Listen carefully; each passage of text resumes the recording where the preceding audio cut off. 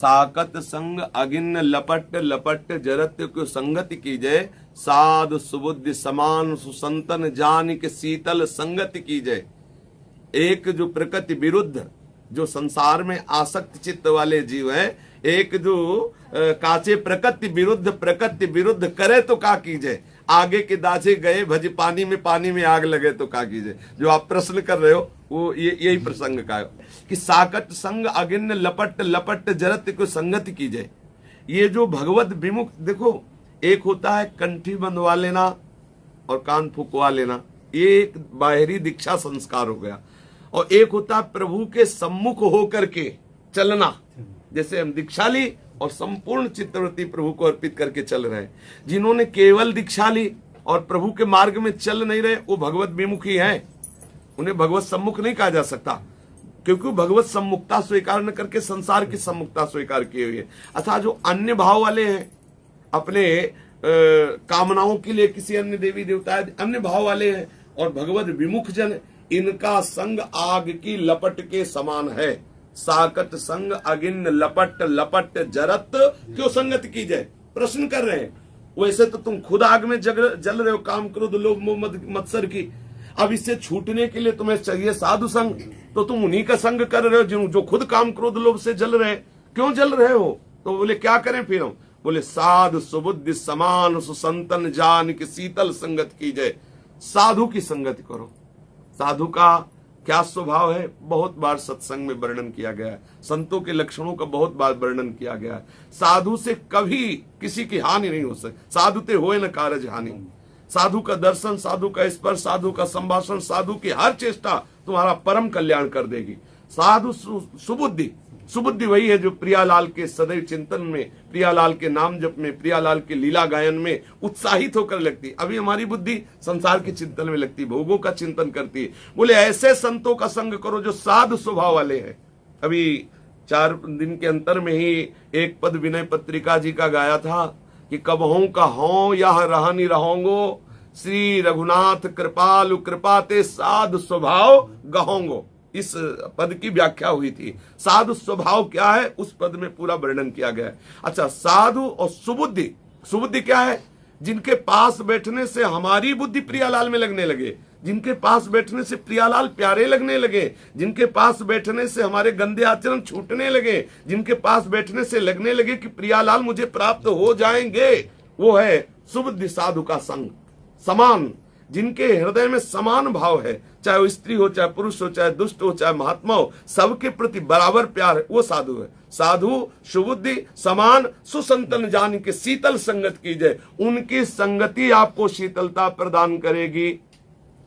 और यदि ऐसे नहीं है तो एक जो काचे प्रकृति विरुद्ध, एक तो वैसे ही स्वभाव विरुद्ध भगवत मार्ग में नहीं लगता, एक जो काचे प्रकृति, अब प्रकृति विरुद्ध करे तो क्या कीजिए। अब वहां ऐसा संग मिल गया जो वैसे ही प्रकृति के विरुद्ध हमारा स्वभाव, वो और भड़काऊ स्वभाव, नाना प्रकार के विषय सेवन की माता, नाना प्रकार की उपासना करके भोग प्राप्ति की लालसा, नाना प्रकार की कामनाओं की पूर्ति की बातें, वैसे ही हम बिगड़ेल है, वैसे ही नाना प्रकार के भोगों को चाहने वाले, और संग मिल गया और भोगों के बढ़ावा देने वाला। तो बोले क्या हुआ, आगे के दाजे गए भज पानी में आग लगे तो क्या कीजिए। आग के जले हुए भाग के गए, पानी में खड़े होंगे तो शीतलता मिलेगी, लेकिन जब पानी में आग लग गई तो अब कहां भाग के जाए। समझ आ रहा? तो साध सुबुद्धि समान सुसंतन जान के शीतल संग संत का सबसे बड़ा पहला लक्षण है, जिसके संग, जिसके पास बैठने से संसार के दोष छूटने लगे, प्रियालाल अच्छे लगने लगे। बस यही पहचान है। वस्तुतः संत को संत ही पहचान सकता है, दूसरा कोई नहीं। पर साधारण पहचान है। जैसे हम थके मांदे कैसे भी यमुना के समीप जाए तो एक आनंद की अनुभूति होने, ऐसे संत के समीप जाते ही हमारा हृदय शांत होने लगे, संशय मिटने लगे, प्रभु प्यारे लगने लगे, ऐसा लगने लगे जो मैं खोज रहा था वो मिल रहा है मुझे, ऐसा लगने लगे हृदय। ये किसी को विज्ञापन से नहीं रीझना चाहिए, ये मेरी छाती, मेरा हृदय प्रमाण होना चाहिए। जब हम समीप गए, जब हम बैठे, जब हमने देखा सुना चर्चा, मेरा हृदय शीतल। बाहरी पोजीशन पे नहीं रीझना चाहिए। बाहरी पोजीशन तो नाटक मंचों पे भी बहुत बढ़िया साधु की कर लेते हैं। भले कोई नाटक जो है जिसमें साधु का रोल करना है तो अभिनेता लोग नहीं साधु बन के ऐसा नाटक करते कि बहुत बढ़िया बिल्कुल फिट, तो उससे हृदय थोड़ी शीतल हो जाएगा। जब सच्चे संतों का संग करते तो हृदय में शीतलता आती है। तो कह रहे हैं कि साधु सुबुद्धि समान संतन जान के जान के शीतल संगति कीजिए।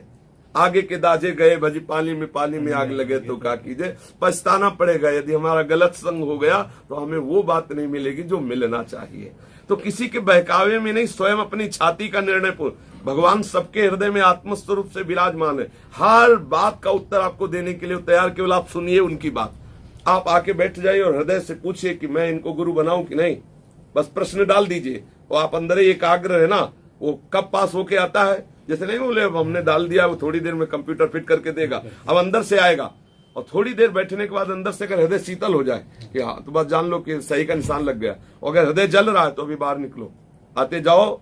और जब आपका हृदय शीतल हो जाए, जैसे आपने कहा कोई बात सुनने से हृदय शीतल हो गया, विश्राम हो गया, मतलब हमारी बात ठीक रही, भले हम नहीं जानते, लेकिन यदि वो बात ठीक नहीं तो उपासक को वो जलाएगी बात। जैसे आप कोई प्रश्न करो और मैं बोल दूं तो आप सुन जरूर लोगे, लेकिन आपका हृदय ठंडा नहीं होगा। आपके हृदय में लगेगा कि सही उत्तर तो नहीं है, क्योंकि हमारा हृदय जल रहा है। क्या सही है मैं भी नहीं जानता, लेकिन है नहीं सही। और अगर सही होगा तो एकदम ठंडा हो जाएगा, लगे हाँ हाँ बिल्कुल बिल्कुल बिल्कुल ऐसा ही है। ऐसे ही जहां हमारे संग के भावना बनी कि हमारे गुरु हैं, ये हमारे महात्मा, उनका संग करने से जब हृदय शीतल हो जाए और हृदय कहने लगे कि मिल गए, जिनकी खोज थी वो मिल गए, बस किसी पूछने की जरूरत नहीं। और किसी के कहने से जाने की बात ये ठीक नहीं है। हिंदुस्तान भेड़िया धसान वाली बात नहीं होनी चाहिए। 100 लोग जा रहे हैं मरने तो हम भी कटने जाए, क्या हुआ? अरे हमें सोचना चाहिए क्यों जा रहे हैं, किसको पूछ रहे हैं, क्या कर रहे हैं। क्या थोड़ा अगर जाना भी है तो थोड़ा परीक्षार्थी बन करके जाइए और आप वहां देखिए और फिर लौट के आइए। अपने आत्म स्वरूप भगवान से पूछिए कि क्या आपने विधान रचा है वहां में जाने का, क्या आपने वहां शरणागति का विधान अगर रचा है तो आप हमें संकेत कीजिए। तुरंत आप निश्चित समझो, तुरंत संकेत होगा आपको। जब हमने अपने जीवन में देखा है कहीं कभी ऐसी बात आई तो हमने प्रभु के ऊपर छोड़ दिया है, तो तत्काल किसी न किसी रूप में आकर के वही बात बोले जो हमने प्रश्न किया प्रभु से कि आप ऐसा है वहां चले जाइए और उनसे ऐसा। तब लगा कि ये तो मेरा प्रश्न था, ये बाउल कैसे रहे। तब लगा वही जगत गुरु इनके रूप में आके बोल रहा है। या कोई ग्रंथ खुला और वही पॉइंट निकल पड़ा, या कोई आके बोल गया और या अंदर स्फुरित हो गया। आप 3 जगह ना बनाओ, आपके प्रश्न का उत्तर मिल जाएगा। जगत गुरु से बात डाल दो, अगर कोई भी बात जचानी है तो आपके अंदर आ जाएगा, या कोई ग्रंथ खुल जाएगा, या कोई संत या कोई भी आके आपको बता जाएगा। प्रभु सर्व समर्थ है, वो आपके हृदय में शीतलता प्रदान कर देंगे।